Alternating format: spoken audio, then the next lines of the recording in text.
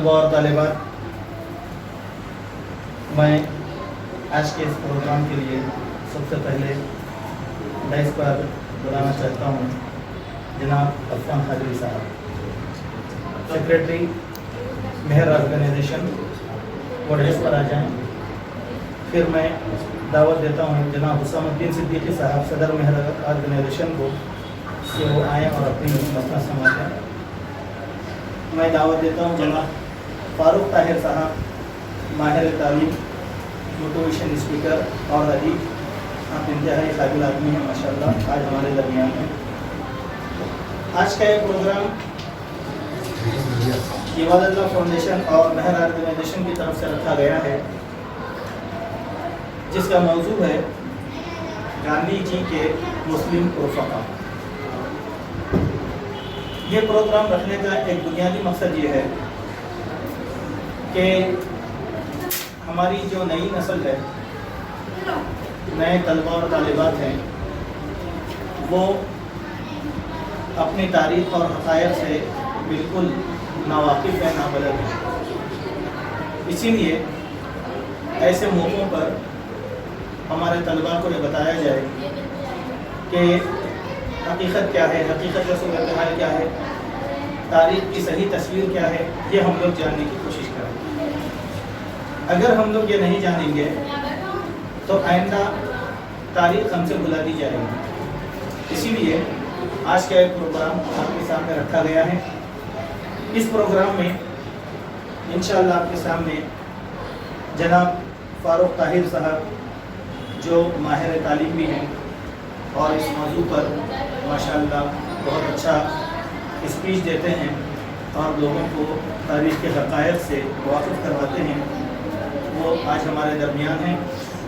میں اپنے تمام مہمانوں کا اور آپ طلباء اور طالبات کا یہاں پر استقبال کرتا ہوں، اہلاً و سہلاً و مرحبا۔ اور یہ بنیادی چیز ہے کہ ہم سب مہاتما گاندھی کو اچھی طریقے سے جانتے ہیں اور ہمارے اسباق میں ان کو پڑھایا بھی جاتا ہے اور ہمارے ملک کی تاریخ کا ایک اٹوٹ حصہ ہے، ہمارے ملک کے انقلاب کا ایک اٹوٹ حصہ ہے مہاتما گاندھی۔ تو گاندھی جی کے ساتھ جو مسلم رفقا رہے، ساتھی رہے ان کے، وہ لوگ کون کون تھے، اور ایک تاریخ کی ایک سچائی ہے کہ قدم قدم پر جتنے بھی سیاستدان اور لیڈرز پیدا ہوئے ہیں، ان لوگوں کا داہنا ہاتھ بن کر ہمارے مسلم قائدین، علماء اور سیاستدانوں نے ان کا تعاون کیا ہے۔ یہ ایک تاریخ کی حقیقت ہے، چاہے وہ کوئی بھی ہو، ہندوستان کے جتنے بھی بڑے لیڈرز ہوں، ان کا داہنا ہاتھ بن کر مسلم قائدین نے کام کیا تھا۔ لیکن ہم لوگ یہ بات نہیں جانتے، تو آج آپ کو یہ بتایا جائے گا کہ مہاتما گاندھی کے ساتھ کون کون تعاون کیے تھے، کون کون جو ہے ان کا ساتھ دیے تھے۔ شاید میں ایک جملہ کہہ کر اپنی بات ختم کروں گا کہ مولانا ابوالکلام آزاد رحمۃ اللہ علیہ، جو مہاتما گاندھی کے بہت ہی زبردست رفیق تھے، بلکہ وہ مہاتما گاندھی کے ایک بہت ہی خاص مشیر بھی تھے، ایڈوائزر بھی تھے، اور گاندھی جی ہر چیز کا مشورہ ان سے، مولانا آزاد سے لیتے تھے۔ تو مولانا آزاد رحمۃ اللہ علیہ کہا کرتے تھے کہ آزاد کو کانگریس کی ضرورت نہیں ہے، بلکہ کانگریس کو آزاد کی ضرورت ہے۔ اتنا مولانا آزاد کا رعب اور دبدبہ تھا، تو قدم قدم پر مہاتما گاندھی ان سے مشورہ لیتے تھے، پنڈت جواہر لال نہرو ان سے مشورہ لیتے تھے۔ تو آج ہم وہی حقائق کو آپ کے سامنے پیش کریں گے۔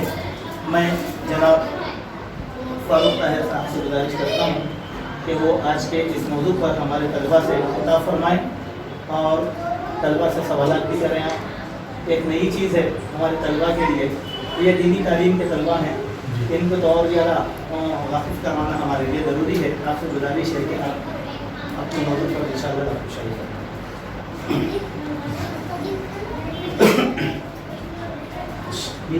محترم خرم جامعی صاحب، رفیق عزیز عفان قادری صاحب اور دیگر شرکا، عزیز بچوں،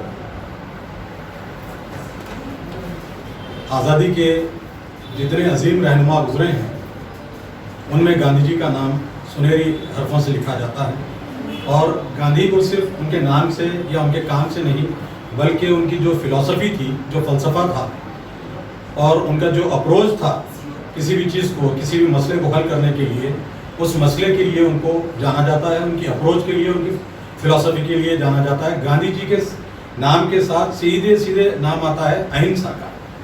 گاندھی اہنسا کا دوسرا نام ہے۔ اہنسا جس کو ہندی کا لفظ ہے، جس کو ہم عدم تشدد کہتے ہیں، انگریزی میں نان وائلنس کہتے ہیں، یعنی کسی بھی چیز کا مسئلہ وائلنس سے یا ہنسا سے، لڑائی جھگڑے سے، خون ریزی سے، خون خرابے سے نہیں ہو سکتا۔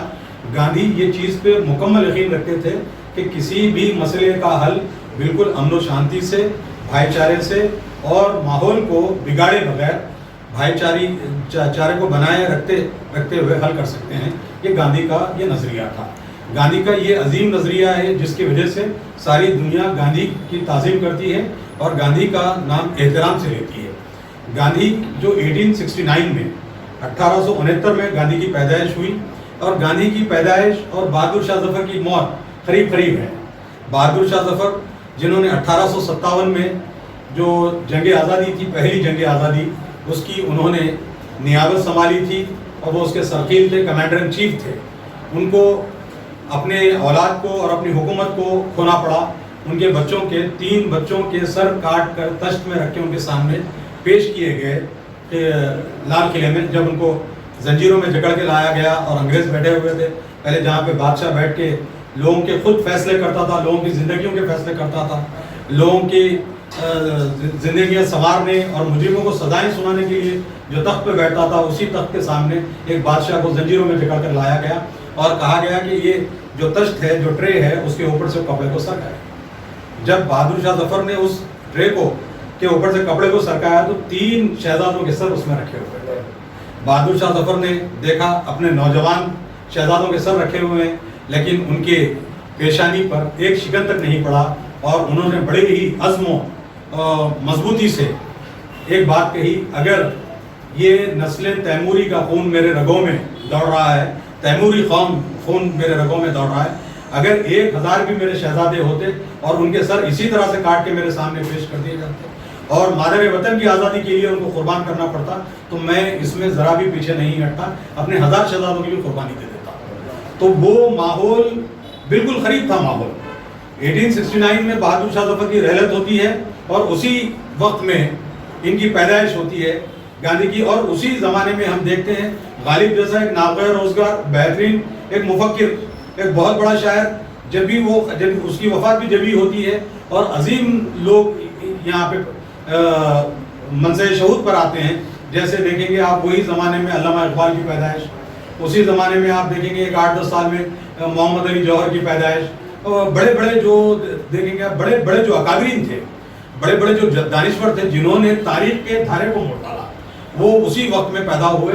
تو گاندھی کو بھی یہ ایک پوٹینشیل، کوئی بھی چیز کے لیے بیج کتنا بھی اچھا ہو، اس کے لیے زمین اپجاؤ ہونی پڑتی ہے، زرخیز ہونی پڑتی ہے۔ آدمی میرے میں صلاحیتیں بہت زیادہ ہے، میں ایک فرد واحد کچھ نہیں کر سکتا، مجھے ویسے رفقا کی اور ویسے ماحول کی بھی مجھے ضرورت پڑتی ہے جس کے تحت میں اپنے خدمات کو بہتر طریقے سے انجام دے سکوں۔ تو گاندھی اس بارے میں بہت زیادہ خوش قسمت رہے کہ گاندھی کو ایک بہترین ان کو رفقا کا ایک ساتھ ملا، اور ہمیں یہ فخر سے یہ بات کہنی چاہیے کہ گاندھی کو گاندھی بنانے میں مسلمانوں کا کلیدی کردار رہا ہے۔ گاندھی اگر ایک عظیم قائد بنے ہیں تو اس کے پیچھے مسلمانوں کی قربانیاں، ایثار و قربانیاں ہیں، اور آپ دیکھیں گے کتنی بھی عظیم عمارتیں رہیں گی، بڑی بڑی عمارتیں، چار مینار لے لیجیے آپ، قلعہ گولکنڈہ لے لیجیے، تاج محل، لال قلعہ، یہ بنیاد کے پتھر نظر نہیں آتے لیکن عالیشان عمارتیں نظر آتی ہیں۔ تو گاندھی کے جو مسلم رفقا تھے وہ بنیاد کے پتھر تھے جس پہ گاندھی نے اپنی رہنمائی کی، اپنی سیاست کی اور اپنی قیادت کی عالیشان عمارت کو تعمیر کیا۔ یہ اس میں سب سے پہلے 1869 میں جب پھر یہ ایک معمولی سے گھرانے کے متمول بھی کہنا مشکل ہی ہے، ایک غریب گھرانے سے ہی گاندھی کا تعلق تھا۔ ان کے والد صاحب بھی جوناگڑھ کے جو نواب تھے انہی کے پاس کام کرتے تھے۔ اس کے بعد ان کی گاندھی کی جب پیدائش ہوئی ہے، سب سے چھوٹے تھے، موہن داس کرم چند گاندھی ہے ان کا نام۔ MK گاندھی، موہن داس کرم چند گاندھی. تو گاندھی کی پیدائش کے بعد انہوں نے تعلیم میں بہت زیادہ جستجو کی تعلیم حاصل کرنے کے لیے. آپ لوگوں کے لیے بھی یہ روشن مثال ہے کہ گاندھی جو ہے اپنی تعلیم میں ابتدائی زمانے میں بہت زیادہ کمزور تھے، لیکن انہوں نے اپنی ہمت اور اپنے ارادے کے ذریعے سے ایک اعلیٰ مقام حاصل کیا، اعلیٰ تعلیم حاصل کیے اور بارٹ لا کی ڈگری لندن سے حاصل کی. اس کے بعد جب ہندوستان آئے بارٹ لا کی تکمیل کے بعد، تو یہاں پہ ان کو وہ سازگار ماحول ان کو نہیں ملا جس کے ذریعے سے وہ اپنی بیرسٹری کی جو صنعت تھی یا اپنے پیشے کو چمکا سکے. تو یہاں پہ جب ساؤتھ افریقہ میں ایک دادا عبداللہ نام کے ایک میسرز دادا عبداللہ اینڈ کمپنی، یہ ایک کمپنی تھی، وہ کمپنی کے کچھ ساؤتھ افریقہ کے کچھ مقدمات تھے. وہ مقدمات کے لڑنے کے لیے ان کے جو پارٹنر تھے عبد الکریم زاویری، انہوں نے مہاتما گاندھی کو ساؤتھ افریقہ آنے کی دعوت دی اس مقدمے کی پیروی کے لیے. تو گاندھی جو ہے 1893 میں ساؤتھ افریقہ جاتے ہیں. جب میں سمجھتا ہوں قریب لگ بھگ ان کی عمر 24 سے 25 سال کی عمر گاندھی کی ہوتی ہے جب وہ زمانے میں جاتے ہیں. گاندھی پھر وہاں پہ یہ تمام چیزوں کو دیکھتے ہیں گاندھی کہ کس طرح سے کالے گورے کا معاملہ چل رہا ہے، کیونکہ انگریزوں میں جو ہوتا ہے رنگ اور نسل کا بہت زیادہ آج بھی پایا جاتا ہے انگریزوں میں. کالے گورے کا وہ گورے اپنے آپ کو برتر سمجھتے ہیں اور کالوں کو جو ہے جو گوروں سے ہٹ کے رہتے ہیں ان کو کمتر سمجھتے ہیں. تو گاندھی نے وہاں پہ جا کے یہ تمام چیزوں کو دیکھا. تو وہ دیکھنے کے بعد یہ جب ان کو بات سمجھ میں آئی کہ یہاں پہ ظلم و استحصال بہت زیادہ آ رہا ہے، تو انہوں نے ان چیزوں کے اوپر بہت زیادہ غور و فکر کیا. اس کے بعد 1894 میں گاندھی کا ارادہ یہ ہوتا ہے کہ پھر ہندوستان واپس آ جائے. ہندوستان واپس آنے کی میں سن رہا ہوں، بات کنٹینیو ہے. 1894 میں جب گاندھی نے ارادہ باندھا تو وہیں پر جیسے حاجی عبدالصمد صاحب، داؤد سیٹھ، عبد الکریم زاویری، دادا عبداللہ اور مختلف بے شمار نام ہے، اس میں کسی بھی ایک غیر مسلم کا نام نہیں ملتا.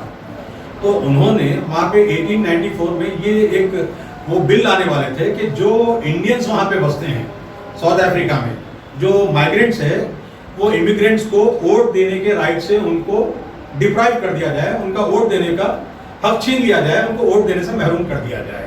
یہ قانون لانے والے تھے. تو جب وہاں کے رہنے والے جیسا دادا عبداللہ میں نے ابھی کہا، دادا عبداللہ اور ان کے ساتھی عبد الکریم زاویری، موسیٰ سیٹھ، داؤد سیٹھ، یہ تمام لوگ جو ہے ایک جگہ ہو کے انہوں نے گاندھی سے کہا کہ یہاں پہ ایک جو ظلم و استبداد ہے، جو انسانوں کا استحصال ہے، اس کے بارے میں ہم کو لڑائی لڑنی ہے. تو آپ یہاں پہ رہ جائیں، آپ کی یہاں پہ ضرورت ہے، اور ہندوستان جانے کا تھوڑا سا ارادہ اپنا ترک کر دیں. تو وہاں پہ ایک پارٹی کا، ایک تنظیم کا قیام عمل میں آتا ہے جس کو نیٹل انڈین کانگریس کا نام 1894 میں قائم کی جاتی ہے. انڈین نیٹل کا مطلب پیدائشی، جو پیدائشی طور پہ انڈین تھے، ان کے ماں باپ دادا وغیرہ ہندوستانی تھے، لیکن وہ وہاں پہ رہنے والے تھے. وہیں پہ وہ لوگ برنگ اینڈ براٹ وہیں پہ ہوئے تھے وہ لوگ. تو اسی لیے اس کا نام رکھا گیا نیٹل انڈین کانگریس. 1894 میں اس کو قائم کیا گیا اور اس کے پریزیڈنٹ تھے دادا عبداللہ، جنہوں نے گاندھی کو ساؤتھ افریقہ بلایا تھا. تو وہ اس کے پریزیڈنٹ تھے اور گاندھی جی جو تھے اس کے جنرل سیکرٹری معتمد تھے. تو اس طرح سے یہ سلسلہ گاندھی نے وہاں پہ بہت ہی اچھے طریقے سے کام کیا. اور گاندھی جی کا جو ٹائم ہے رہنے کا ساؤتھ افریقہ میں، وہ 25 سال تک کا عرصہ ہے، 25 سال تک کا. تو وہاں پہ رہ کر انہوں نے بہت زیادہ، گاندھی جی کو بھی بہت زیادہ وہاں پہ ظلم و استبداد کا سامنا کرنا پڑا. گورے کالے کا جو فرق تھا، گاندھی کو وہ کمپارٹمنٹ میں سے، فرسٹ کلاس کمپارٹمنٹ میں سے نکال کے پھینک دیا گیا. اور گاندھی جب جا کے بیٹھے گورے سے بات کرنے کے لیے، تو گاندھی کو مجبور کیا گیا کہ کرسی سے اتر کے نیچے فرش پر بیٹھا جائے. گاندھی کو اس طرح، تو گاندھی کے ایک حد تک گاندھی جب تھے یہ تمام چیزوں کو دیکھ کر بہت زیادہ الجھائے ہوئے تھے، ذہنی انتشار کا شکار تھے. ان حالات میں دادا عبداللہ، عبد الکریم زاویری، داؤد سیٹھ، موسیٰ، حاجی عبدالصمد، یہ ایسے لوگ ہیں جنہوں نے گاندھی کی ہمت بنائی اور ان کو بحیثیت ایک لیڈر دنیا کے سامنے پیش کیا. یہاں سے گاندھی کی جو اہنسا کی تحریک ہے، جس کو آپ نان وائلنس کہتے ہیں، عدم تشدد کہتے ہیں، گاندھی کے پیچھے جو لشکر تھا وہ ایک لشکر، ہم کو یہ فخر سے ہم کو یہ کہنا چاہیے کہ لشکر مکمل طریقے سے مسلمانوں کا تھا.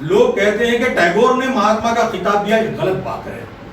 جب یہاں پہ لال قلعے کی دلی کی جو جامع مسجد ہے، جامع مسجد کے صحن میں گاندھی کو ایڈریس کے لیے بلایا گیا تھا، ایڈریس کے لیے بلایا گیا تھا، اور جامع مسجد کی صحن میں گاندھی نے تمام مجمع کو خطاب کیا۔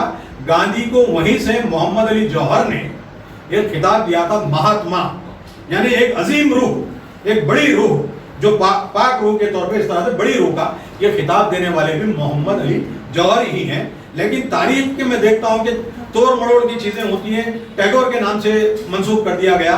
ٹیگور کی اور گاندھی کی رفاقت بڑی ہی کم رہی، محمد علی جوہر کی رفاقت گاندھی کے ساتھ بہت زیادہ رہی۔ 1931 میں محمد علی جوہر کی وفات ہوتی ہے۔ محمد علی جوہر کے بارے میں بات کروں، اب 1915 تک میں آ گیا تھا۔ 1915 میں گاندھی یہاں پہ آئے تھے۔ اس سے پہلے آپ دیکھتے ہیں کہ حکیم اجمل خان صاحب، جن کو مسیح الملک کہتے ہیں، مسیح، تو وہ اجمل خان صاحب، مختار احمد انصاری، یہ بڑے بڑے عظیم رہنما یہاں پہ موجود تھے۔ اب ان کا ساتھ گاندھی کو ملتا ہے۔ گاندھی یہاں آنے کے بعد 1917 میں چمپارن کا ایک ضلع ہے جو بہار کا ایک علاقہ ہے، چمپارن میں جو نیل ہوتی ہے نا، کپڑوں میں آپ جو ڈال کے نیل جو سفیدی دینے کے لیے، تو اس کی کاشت کے لیے انگریزوں نے وہ پورے جو کھیت تھے ان کے اوپر قبضہ کر کے وہ کسانوں کے ساتھ وہ ظلم کرتے تھے، اس کے اوپر ٹیکس کے نام پہ پورا مکمل ان کو لوٹ لیا کرتے تھے۔ تو وہاں پہ ایک تحریک، جو یہ کسانوں کے قائد تھے، یہ قائد بھی آپ کو تعجب ہوگا کہ شیخ گلاب ان کا نام ہے، یہ بھی مسلمان ہے، اور ان کے ساتھی جو تھے پیر مونس انصاری، یہ بھی مسلمان ہیں، کسانوں کی جو تحریک لے کے چلنے والے ہیں۔ تو انہوں نے گاندھی جی کو انویٹیشن دیا، انویٹیشن دے کر ان کو بہار آنے کے لیے ان کو مدعو کیا کہ آئیں اور تحریک کو یہ آگے بڑھائیں، اور یہ کسانوں کے اوپر جو ظلم ہو رہا ہے انگریزوں کا، اس کو دور کریں۔ تو گاندھی جاتے ہیں، گاندھی وہیں سے اپنی ایک بالش کی لنگوٹ پہ آتے ہیں، اس کا واقعہ بھی میں آپ کو بیان کروں گا۔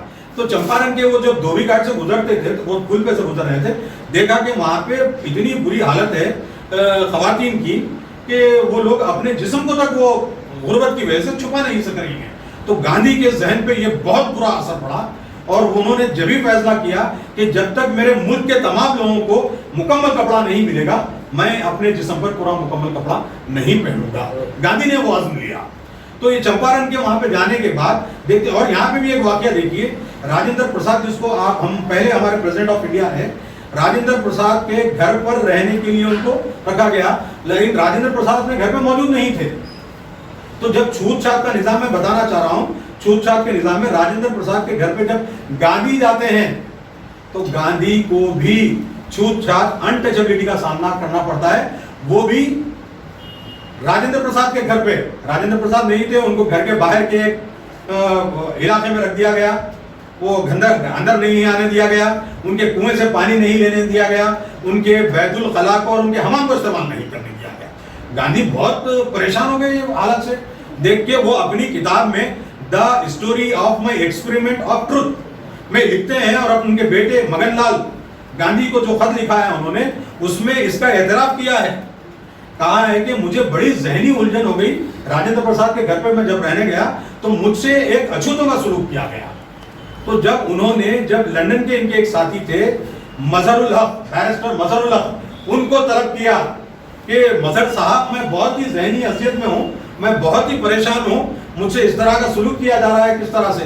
تو مظہر الحق خود آتے ہیں، آ کے گاندھی کو جو مظفر نگر ہوتا ہے وہاں پہ لے کے جاتے ہیں، اور یہ تحریک کو آگے بڑھاتے ہیں۔ اور اس کے بعد بھی دیکھیے 1919 کا واقعہ جو بات کریں گے، گاندھی جو اس طرح سے ہوتا ہے، اگر مجھے 4 سال کی عمر میں مجھے مار دیا جاتا تو میں اتنی کتابیں نہ پڑھتا، نہ آپ کے سامنے ٹھہرتا، نہ میں واقعات کو بیان کرتا میں آپ کو۔ تو اسی طرح سے گاندھی کا 1919 میں جو واقعہ ہوا، جب انہوں نے نیل کے کاشتکاروں کی بھلائی کے لیے جب اپنا عزم لے کے نکلے تھے، تو انگریزوں کے پورے، تو ایک انگریز تھا جس کا نام تھا ایروین جو تھا، ایروین نے یہ منظم سازش کی کہ گاندھی کو اور مختلف جو قائدین تھے ان کو دعوت پہ مدعو کیا اپنے گھر پہ، عشائیہ پہ، یعنی ڈنر کے لیے بلایا۔ اور بلاتے ہوئے ایروین کا ایک کک تھا جس کا نام تھا بطخ میاں انصاری۔ یہ یاد رکھیے، بطخ میاں انصاری، نام سنے موت کے نام سے ہنسی ہے مت، مگر یہ آدمی بہت عظیم آدمی ہے، بہت ہی عظیم آدمی ہے۔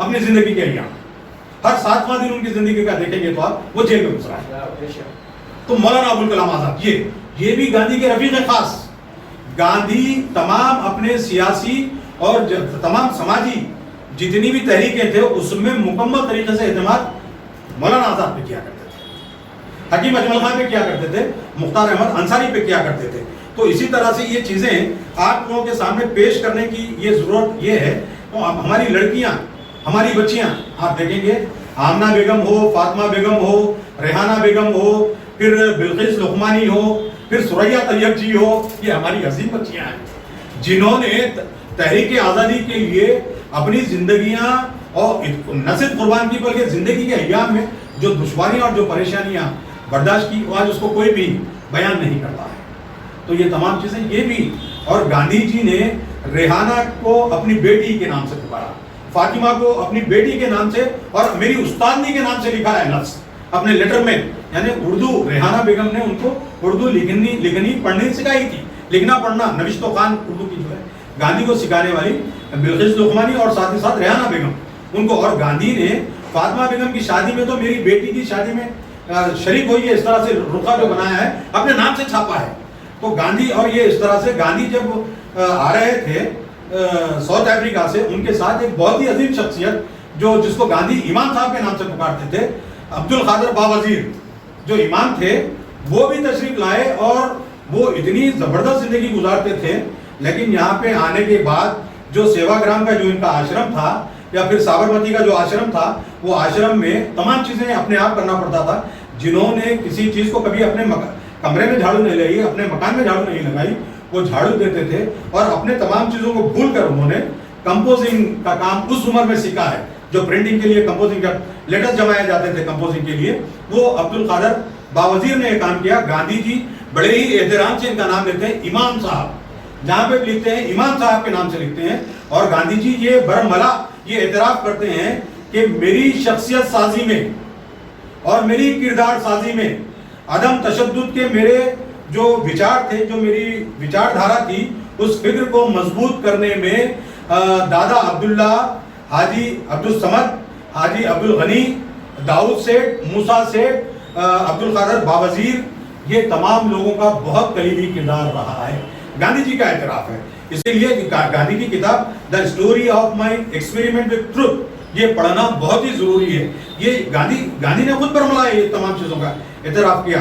تو عبدالقادر باوزیر کا نام میں اس لیے بیان کر رہا ہوں کہ وہ امام تھے مسجد کے, لیکن آزادی کی تحریک کے لیے انہوں نے اپنے آپ کو مکمل وقف کیا.